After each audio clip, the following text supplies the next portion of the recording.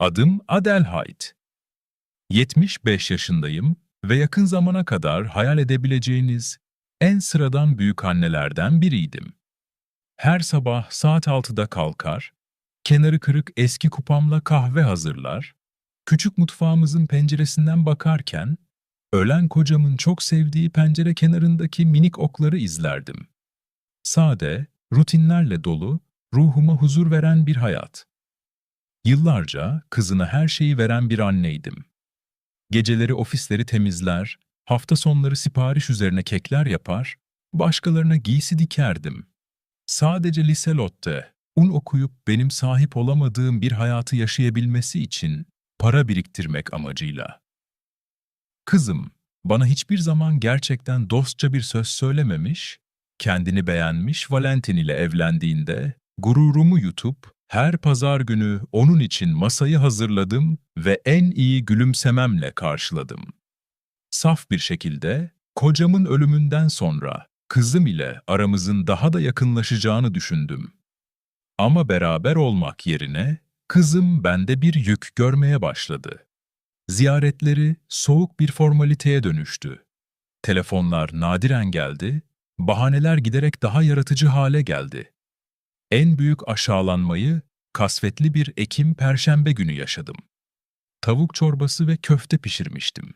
Her zaman yarım günümü alan, Liselot un çocukken gözlerini parlatan o çorbayı.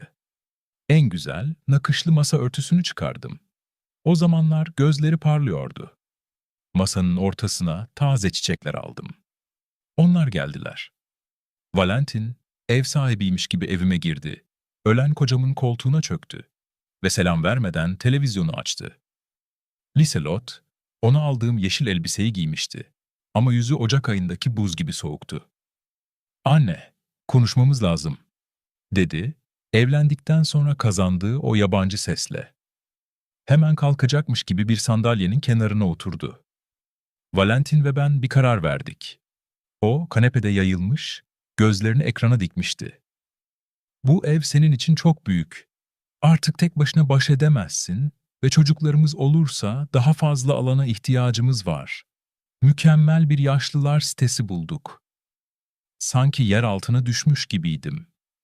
Liselot'un ilk adımlarını attığı, her doğum gününü kutladığımız, babasının benim elimden tutarak öldüğü evimiz, buradaki her köşe bizim küçük kutsal hikayelerimizi saklıyordu. Duvarlardaki her fotoğraf hayatımızı anlatıyordu. Liselot, "Ama burası bizim evimiz. Burada bizi biz yapan her şey var," diye çıktım. Sesim titriyordu. "Anılar kalbinde, anne, duvarlarda değil," dedi, kemiklerime işleyen bir soğuklukla. "Ayrıca senin yaşındakiler için aktiviteler var. Arkadaşlık, bakım var." Valentin memnun bir şekilde gülümsedi ve odaları gözleriyle ölçmeye başladı. Sanki zaten sahibiymiş gibi. "Böyle daha iyi, Adelheid," dedi iğrenç, yabancı bir tonda. "Kağıt işlerini biz hallederiz. Hiçbir şey için endişelenmeye gerek yok." Kalbim bin parçaya bölündü. Gençliğimi, sağlığımı, hayallerimi feda ettiğim kendi kızım, beni kendi evimden atıp bu adamı yerleştirmek istiyordu. Gözlerim doldu ama yutkundum. Ona bu zaferi tattırmayacaktım. "Zamana ihtiyacım var," diye fısıldadım son kalan güçle. "Artık düşünülecek bir şey yok anne," dedi Liselot kalkarken. "Her şey kararlaştırıldı, gelecek hafta ekspertiz geliyor." Ve gittiler. Masada bıraktılar, dokunulmamış köfteli çorbayı, solmuş çiçekleri ve paramparça kalbimi. Bir zamanlar aile olduğumuz masayı, o gece uyuyamadım. Mutfakta oturdum ve duvardaki fotoğraflara baktım. Bebek Liselot, ilkokul gününde. Liselot mezuniyet elbisesiyle. Her fotoğrafta yanındaydım, onu tutuyor, sarılıyor, gururla parlıyordum. Her şey nasıl bu noktaya geldi? Bir zamanlar beni kahramanı olarak gören bu kız, nasıl oldu da şimdi bende sadece çöp görebiliyor? Takip eden günler bir kabus gibiydi. Uyanılamayan bir kabus. Valentin, önceden haber vermeden eksperi getirdi. Gri bir takım elbise giymiş bir adam. Evimde geziyordu. Sanki bir ürün gibi. Notlar aldı, her şeyi ölçtü, perspektifleri ve gerekli tadilatları tartıştı. Sanki ben yokmuşum gibi, sanki yakında atılacak bir mobilya gibi. Borular eski, dedi banyoya bakarken. Mutfaktaki fayanslar çoktan modası geçmiş. Hepsini yenilemek gerekir. Bu fayansları Liselot 10 yaşındayken kocam kendi elleriyle döşemişti. Her birinde saatlerce emek, sevgi, geleceğe dair umut vardı. Ama onlar, Liselot'a için sadece yeni hayatının önündeki bir engeldi. Onları gölge gibi odadan odaya takip ettim, ellerimi eteğime bastırdım, parmaklarım titremesin diye. Valentin elektrik, pencereler, izolasyon hakkında sorular sordu. Eksper kendinden emin bir şekilde miktarlar, süreler söyledi. Likidite ve kira piyasasından bahsetti. Sanki her şey çoktan kararlaştırılmış. Sanki yakında burada ben olmayacakmışım gibi. Liselot her küçümseyici sözünde başıyla onayladı. Her baş sallayışı kalbime küçük bir bıçak gibi saplandı.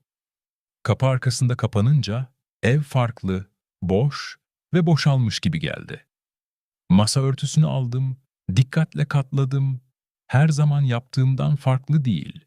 Artık gücüm yoktu ama dayanmalıydım. Bunu en kötü an sanmıştım. Ama aşağılanmalar henüz başlamıştı. Ertesi gün Liselotte tek başına geldi. Alışık olduğum gülümsemesi bile yoktu.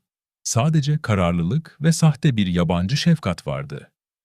Anne, broşürler getirdim. Masaya renkli katlanmış sayfaları koydu. Her şey burada açıklanmış. Arazi, yemek, hobi kursları. Salı günleri bingo var ve hemşire 7-24 hazır. Bu daha güvenli. Dinledim ve sesini artık tanıyamadım. 30 yıldır bu evde yaşıyordum. Salı günleri bingo ya da hemşirelik hizmetleri olmadan. Tüm komşularımı isimleriyle tanır, alışkanlıklarımı, minik çiçeklerimi severdim. Ama Lizelot için artık bunların hiç önemi yoktu.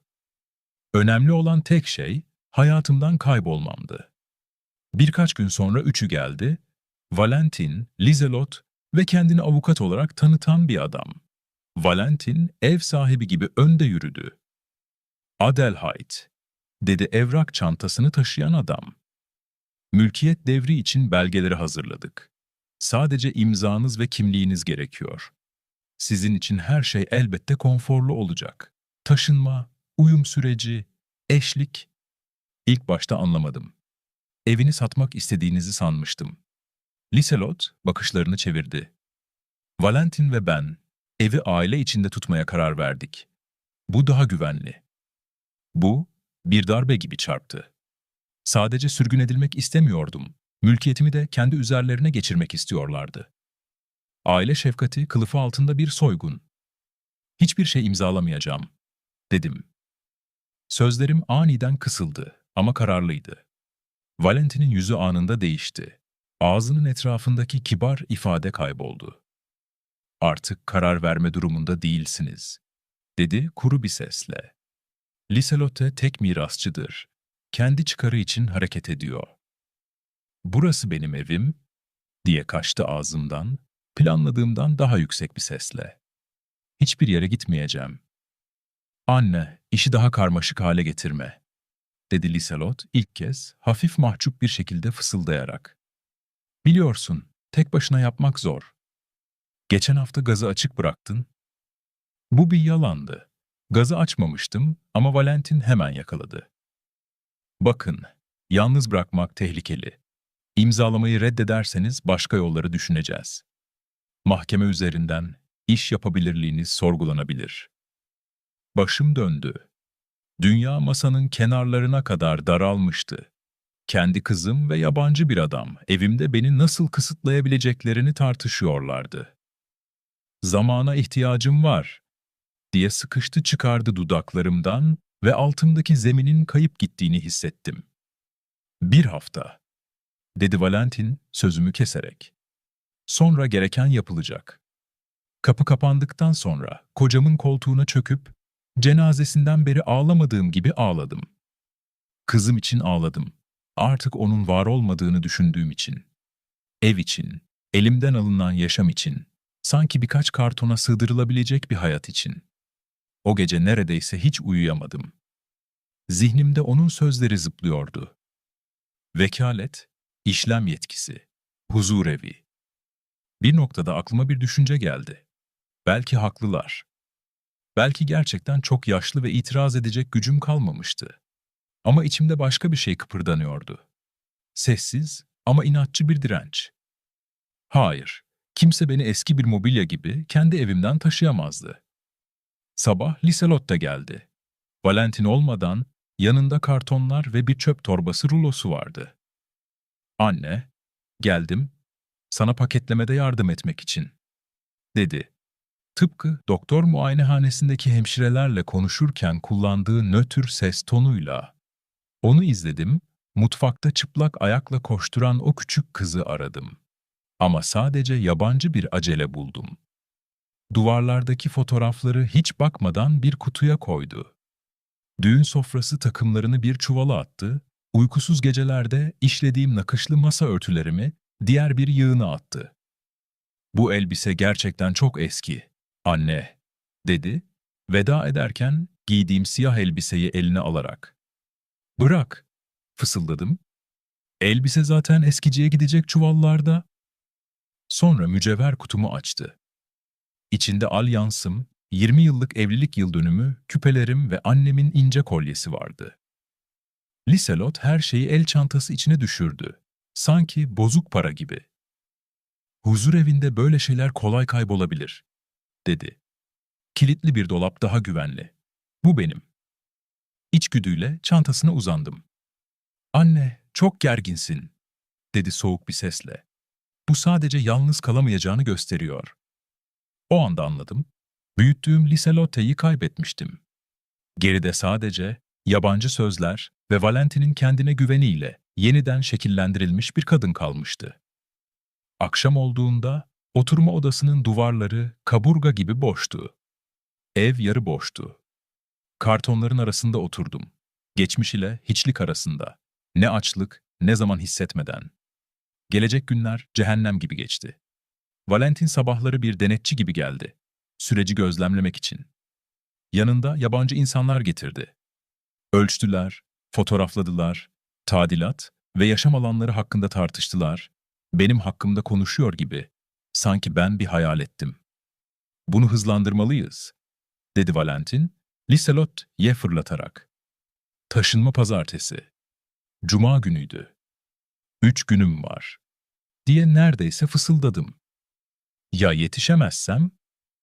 "Endişelenme anne," dedi Liselot, telefona bakmadan.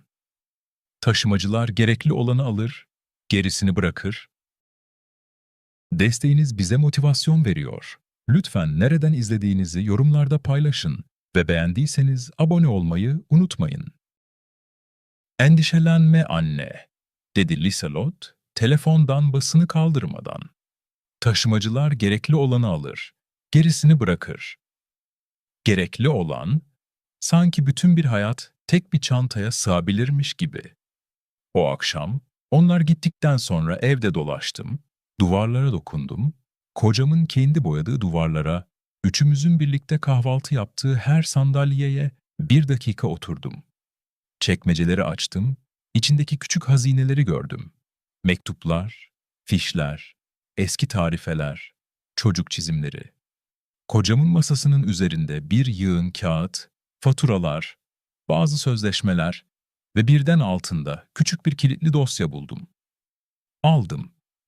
İçimde uzun süredir bekleyen bir şey, eski kitaplarda anahtarın hazır olduğu gibi sessizce tıkırdadı. Anahtarı, kocamın önemli şeyleri sakladığı yerde buldum. Finans ve gayrimenkul ile ilgili eski bir kitabın arasında. Boğazımı yuttum, ince bir ip ve sayfalar arasında. Paylar, yönetim ve kira konularında bilgiler vardı. Ve küçücük bir anahtar. Parmaklarımda metalin sesi çınladı. Basit, günlük bir ses. Dosyanın kilidi hemen açıldı, sanki bu tıklamayı bekliyordu. İçinde düzgünce yerleştirilmiş şeffaf dosyalar, kocamın el yazısıyla imzalar, sözleşme kopyaları, banka hesap özetleri ve en üstte bir vasiyetname vardı. Tarih gözlerime çarptı. Tam 6 ay öncesi, ellerimi tutarak yanımızdan ayrıldığı gün. Vasiyetname usulüne uygun hazırlanmıştı. Noter, mühür, tanıklar. Okudum ve içimde bir şey yavaşça dikleşti. Kocam her şeyi en ince ayrıntısına kadar düzenlemişti. Tek varis bendim. Adelheid Gruber. Liselot için küçük bir tasarruf hesabı bırakılmış, şartıyla ki annesine özenli ve saygılı davransın. Kağıdı masaya bıraktım, sanki rüzgar sözleri götürebilirmiş gibi. Sonra asla bilmediğim bir şey ortaya çıktı. O, benim düşündüğüm mütevazı işçi değildi. Yıllarca sessizce akıllıca yatırım yapmış, fiyatlar düştüğünde almış, talep yükseldiğinde kiraya vermiş, sağlam şirketlerden küçük hisse paketleri edinmişti. Tapu kayıtlarını, sözleşmeleri karıştırırken ellerim titriyordu. Birkaç daire, ticari mülk hisseleri, şehrin kıyısında o zamanlar kuş uçmaz, kervan geçmez bir yerken, bugün değerli bir inşaat alanına dönüşmüş bir arazi. Ayrıca dikkat çekmeyen ama düzenli kar getiren 2 kafe hissesi de vardı. Ve sonra nefesimin kesildiği o noktaya geldim. Koca bir apartman. Lise, Lotte ve Valentin Inn kiracı olarak oturduğu bina. Kiralarını bir emlak yönetim şirketine ödüyorlardı. Şirket de bu ödemeleri benim adıma açılmış bir hesaba havale ediyordu. Bu hesaptan haberim bile yoktu. Kocam beni bir keresinde, sözde, kötü günler için bir tasarruf hesabı açmak bahanesiyle bankaya götürmüştü. Anlaşılan o işi o zaman halletmişti. Ödemeler 2 yıldır düzenli olarak yatıyordu. Klasörün devamında hesap özetleri vardı. Hiçbir zaman anlamadığım rakamlar. Ama benim gözlerim bile gerçeği görmeye yetiyordu. Bunlar sadece hayatta kalmak için gereken meblağlar değildi. Bu, güvence altına alınmış bir gelecek, başkalarına yardım edebilme imkanı ve bir daha asla başını öne eğmek zorunda kalmamak demekti. Bir başka klasörün üzerinde hisseler 7M'in yönetiminde yazıyordu. Valentin'in çalıştığı firmada bir paket hisse. Çok büyük değildi ama hissedilirdi. Üstlerin telefona tam vaktinde bakmasını sağlayacak türden bir pay. En altta bir mektup vardı. Basit, kareli bir kağıt, onun el yazısı.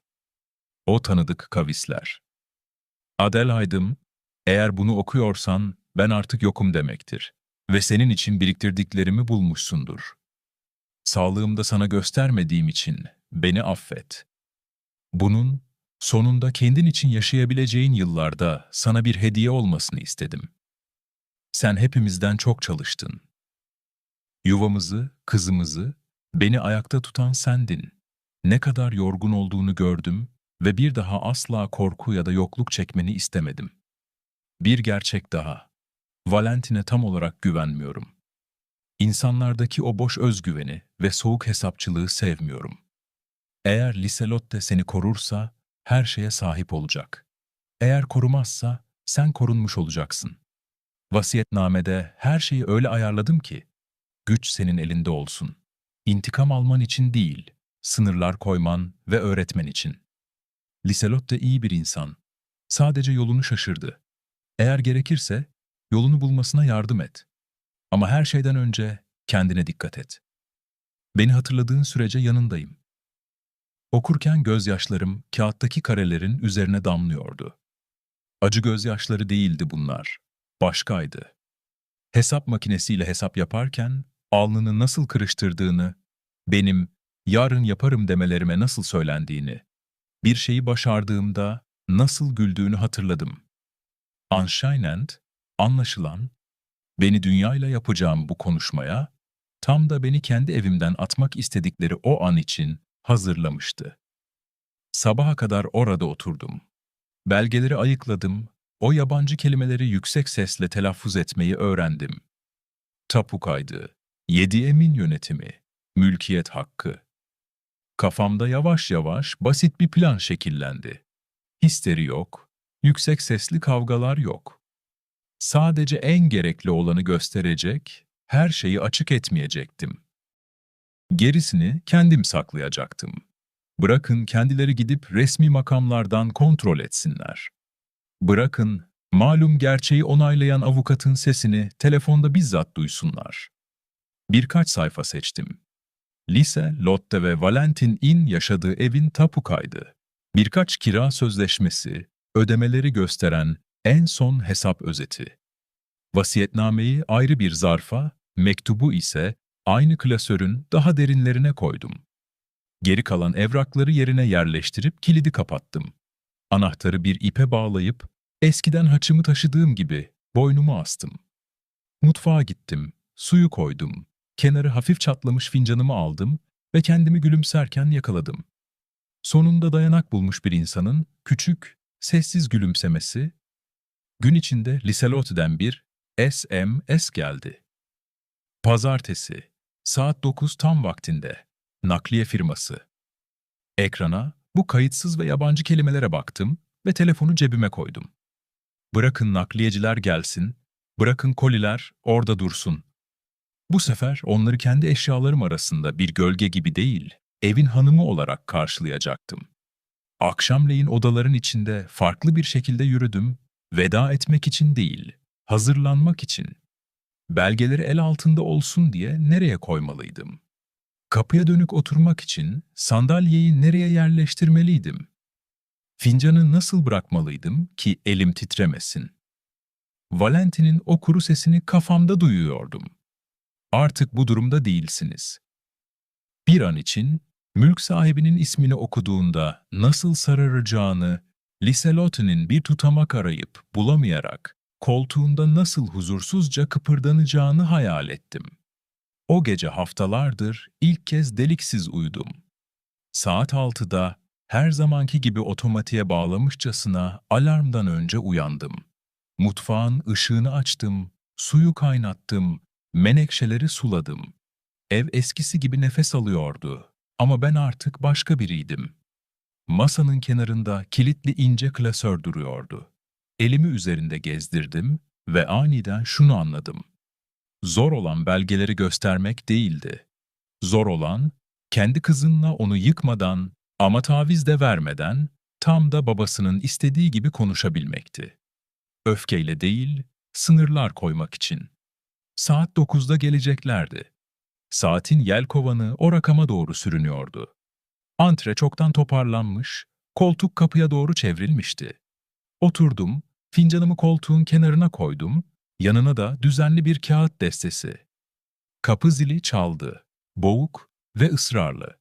Bakışlarımı kapı koluna diktim ve uzun zamandır ilk kez hissettim. Hazırım ve söyleyecek bir sözüm var. Sanki bir iş randevusuymuş gibi tam 9'da geldiler. Önde Liselotte, arkasında Valentin ve onları takip eden gri ceketli, koliler için çekçek taşıyan 2 nakliye görevlisi. Antre, ıslak ceket ve sokak kokuyordu. Ben, kapıya dönük koltukta oturuyordum. Yanımda çatlak fincanım ve belgeler. "Anne, ne yapıyorsun orada?" Liselot eldivenlerini bile çıkarmamıştı. Bu hikaye, sessiz bir gücün ve adaletin zaferini anlatan muazzam bir finale ulaşıyor. Adelheid'in geçmişte birine iyilik yapmış olması, referandara çay verip ona insanlığı hatırlatması. Yıllar sonra kaderin bir cilvesi olarak ona geri dönüyor. "Nakliyeciler zaten burada. Ben ise burada oturmuş çayımı içiyorum," diye yanıtladım sakince. "Ve sizin beni dinlemeye hazır olmanızı bekliyorum." Valentin bir adım öne çıktı, o yırtıcı nezaketiyle gülümsedi. "Adelheid, bunu zaten konuştuk. Başka seçeneğiniz yok." "Haklısınız," dedim ona bakarak. "Benim başka seçeneğim yok ama sizin de yok." İlk başta anlamadı. Liselotte'nin bakışları, koliler, nakliyeciler ve benim yüzüm arasında gidip geldi. Alışık olduğu o boyun eğmiş hali arıyordu. Ama o hal artık yoktu. "Oyun bitti artık." Valentin nakliyecilere el etti. "Oturma odasından başlayın. Kimse buradan hiçbir şey çıkarmayacak," dedim. "Tek bir tabure bile. Olduğunuz yerde kalın." Duraksadılar. Destenin en üstündeki kağıdı aldım ve ismim net görünecek şekilde masanın kenarına bıraktım. Bunun ne olduğunu biliyor musunuz? Şu an kiracı olarak oturduğunuz evin tapu kaydı. Sahibi, Adelheid Gruber, yani ben. Sessizlik önce bir fırtına öncesi hava gibi boş kaldı. Sonra içinde küçük hışırtılar duyuldu. Nakliyecilerden biri ayağını yere sürttü. Koridorda bir ayakkabı gıcırtısı duyuldu. Liselot kağıdı almak için yaklaştığında parmakları titriyordu. Bu olamaz. Bir tahtadaki öğrenci gibi satır satır okudu. Nasıl? Ama biz kirayı emlak yönetim şirketine ödüyoruz. Emlak yönetimi, diye yardım ettim ona. 2 yıldır kira gelirlerini tam vaktinde benim hesabıma yatırıyor. Sahte bu, diye atıldı Valentin. Sesinde bir panik vardı. Bu tür kağıtlar her yazıcıdan çıkarılabilir. Harika, diyerek başımı salladım. Gidip hemen bugün kontrol edin. Hatta bunu destekliyorum. Daha az spekülasyon, daha sağlam sinirler demek. Kağıdı Liselotte'nin elinden aldı. Gözlerini mühürlerin üzerinde gezdirdi ve yüzü resmen çöktü. Muhataplarını korkutmak için kullandığı o ağız kenarındaki kibirli kıvrım yok olmuştu. Sesini geri kazanmaya çalıştı. Bu doğru olsa bile hiçbir şeyi değiştirmez. Sizin taşınmanızdan, güvenliğinizden bahsediyoruz. Gerisini kendim saklayacaktım. Bırakın kendileri gidip resmi makamlardan kontrol etsinler. Bırakın, malum gerçeği onaylayan avukatın sesini telefonda bizzat duysunlar. Birkaç sayfa seçtim. Lise, Lotte ve Valentin In yaşadığı evin tapu kaydı. Birkaç kira sözleşmesi, ödemeleri gösteren en son hesap özeti. Vasiyetnameyi ayrı bir zarfa, mektubu ise aynı klasörün daha derinlerine koydum. Geri kalan evrakları yerine yerleştirip kilidi kapattım. Anahtarı bir ipe bağlayıp eskiden haçımı taşıdığım gibi boynuma astım. Mutfağa gittim, suyu koydum, kenarı hafif çatlamış fincanımı aldım ve kendimi gülümserken yakaladım. Sonunda dayanak bulmuş bir insanın küçük, sessiz gülümsemesi, gün içinde Liselotte'den bir SMS geldi.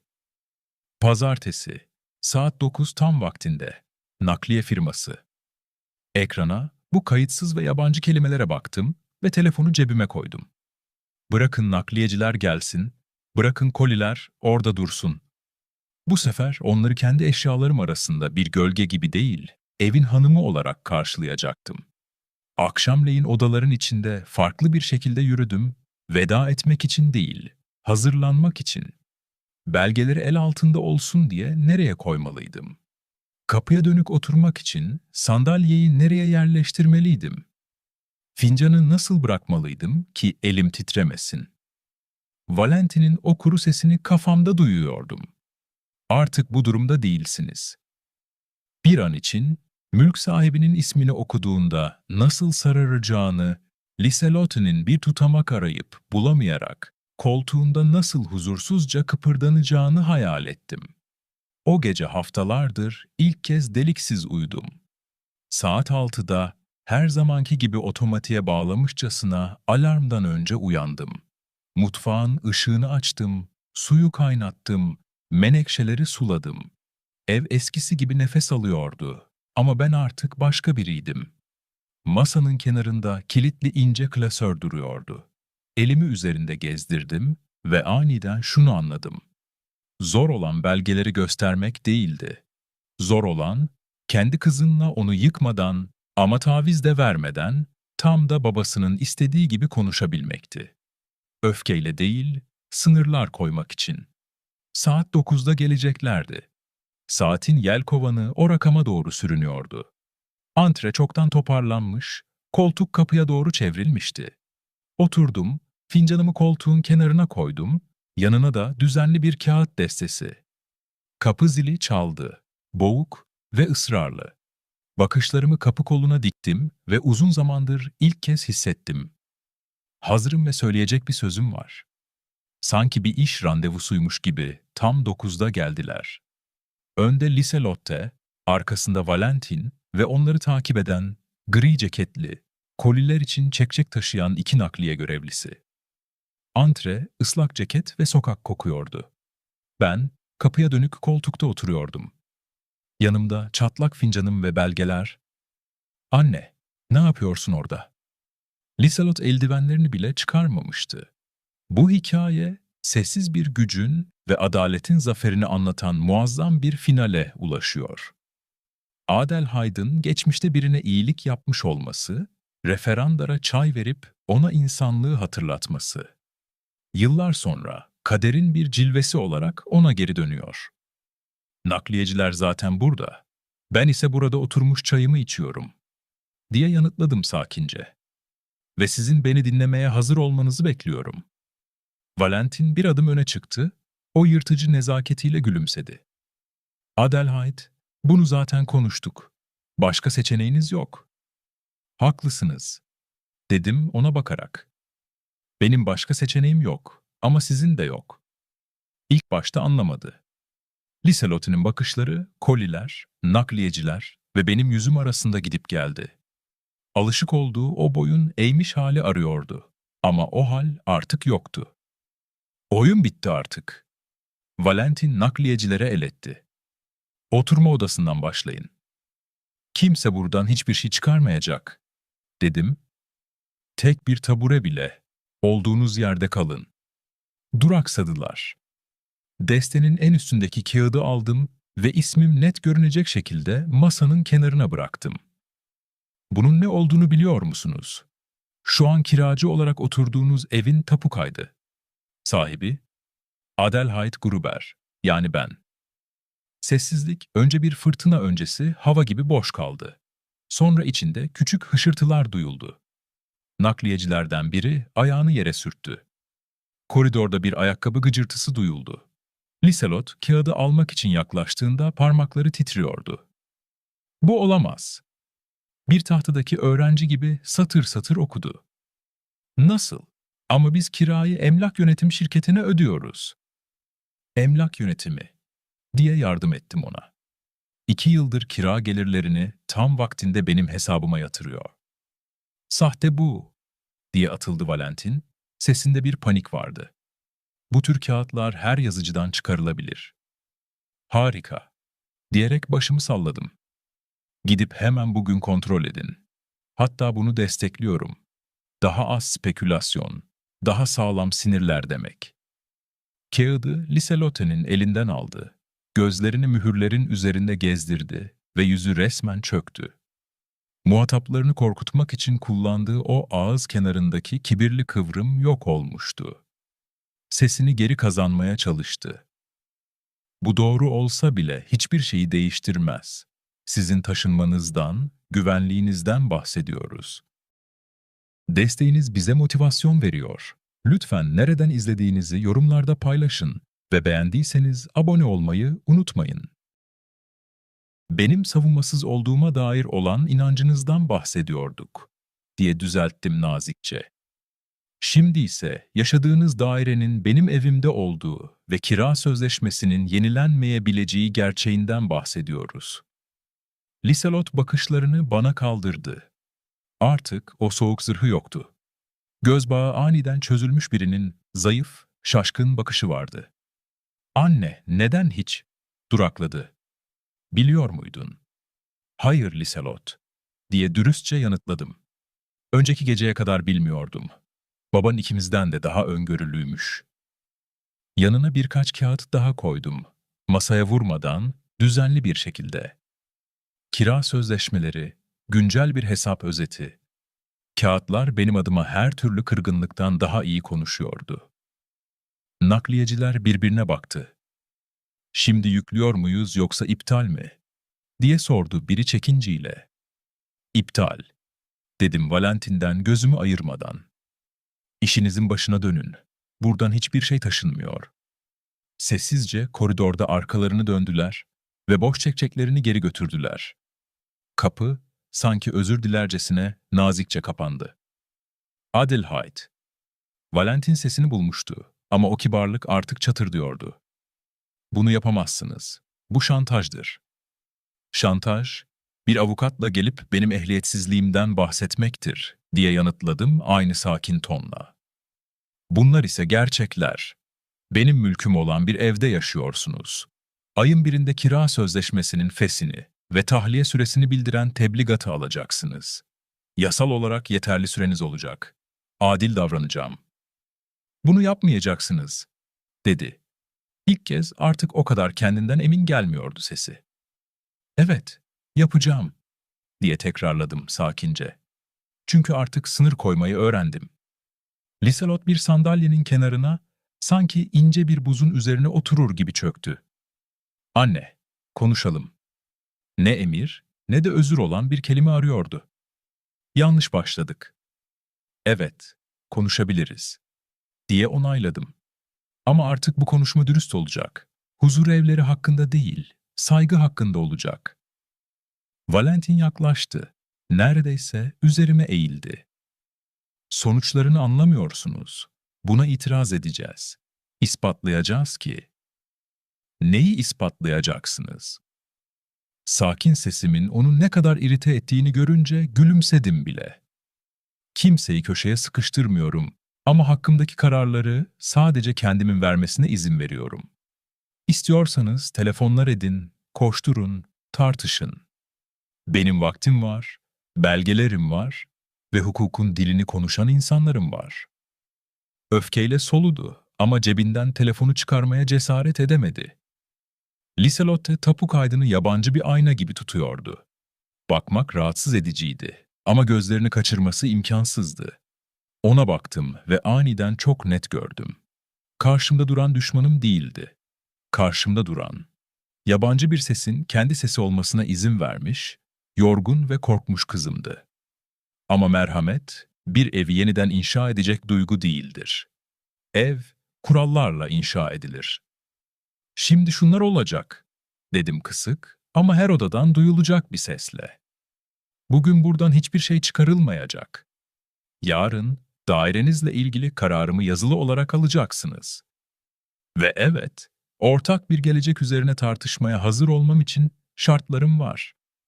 Bunlar basit ama muhtemelen sizin için en zorları olacak. Daha ne şartı? Diye alay etti Valentin ama gülümsemesinde kum gibi bir gıcırtı vardı. Ona geleceğiz, diye yanıtladım ve klasörü kapattım. Parmaklarım titremesin diye elimi kocamın mektubunun üzerine koydum. Ama önce tek bir eylem gerekiyor. O olmadan devam etmenin anlamı yok. Liselot'u yutkundu. Hangisi? Doğrudan gözlerinin içine baktım. Dışarıdan bir otobüs geçti. Fincanımdaki çay artık soğumuştu ama sesim sıcak ve kararlıydı. Bana gerçeği söyleyerek başlayacaksınız. Her şeyi hem de yüksek sesle. Valentin sertçe ona döndü. Sakın cüret etme. Yüksek sesle Liselot diye tekrarladım. Yoksa sadece belgeler üzerinden devam ederiz. Liselot bir saniyeliğine gözlerini kapattı. Sanki bir uçurumdan atlayacakmış gibi yavaşça nefes aldı. Dudakları titriyordu. Sanki yabancı kelimelere alışmışlardı da kendi kelimelerini çoktan unutmuşlardı. Anne, dedi ve bakışlarını kaldırdı. Elimi kaldırdım ve sözünü ortasında kestim. Düşün, bekleyeceğim. Ama bil ki bir sonraki adım artık bir konuşma olmayacak.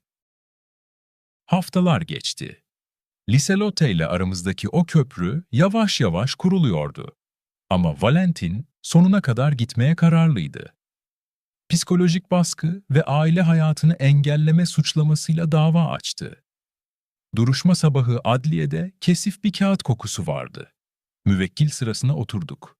Liselotte koluma tutunuyordu. Hakim koltuğundaki adamı gördüğümde bir saniyeliğine nefes almayı unuttu gibi geldi bana. Bakışları üzerimde asılı kaldı. Sesi artık resmi değil, insani bir tonla sordu. Adelheid Gruber?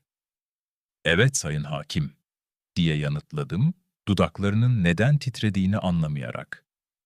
Gözlüğünü çıkardı, bana daha dikkatli baktı ve yüzünde çok uzun zaman önce gördüğüm o çocuksu ifade belirdi. 30 yıl önce aile mahkemesinde hakim Meissner'in yanında mı çalışıyordunuz? Diye sordu, daha sessizce. Ben o zamanlar stajyerdim. Bana davaları sadece dosya üzerinden değil, İnsanlara bakarak değerlendirmeyi siz öğretmiştiniz. Bunu hiç unutmadım. Salonda öyle bir sessizlik oldu ki sekreterin çevirdiği sayfanın sesi duyuldu. Valentin'in avukatı fırladı. Sayın hakim, reddi hakim talebinde bulunuyorum. Açık bir taraflılık söz konusu. Hakim, Lorenz Moser, gözlüğünü geri taktı. Sesi tekrar olması gerektiği gibi nötrleşmişti. Reddi hakim talebi için bir dayanak görmüyorum. 30 yıl önceki bir mesleki tanışıklık, çıkar çatışması teşkil etmez. Sadede geliyoruz. Davacı, söz sizde. Valentin'in avukatı ezberlenmiş, o boş nutku atmaya başladı. Müdahale, duygusal baskı, bir ailenin yok edilmesi. Zengin ve hükmeden bir kaynananın, bir babadan çocuğunu almak için her şeyi satın aldığından bahsetti.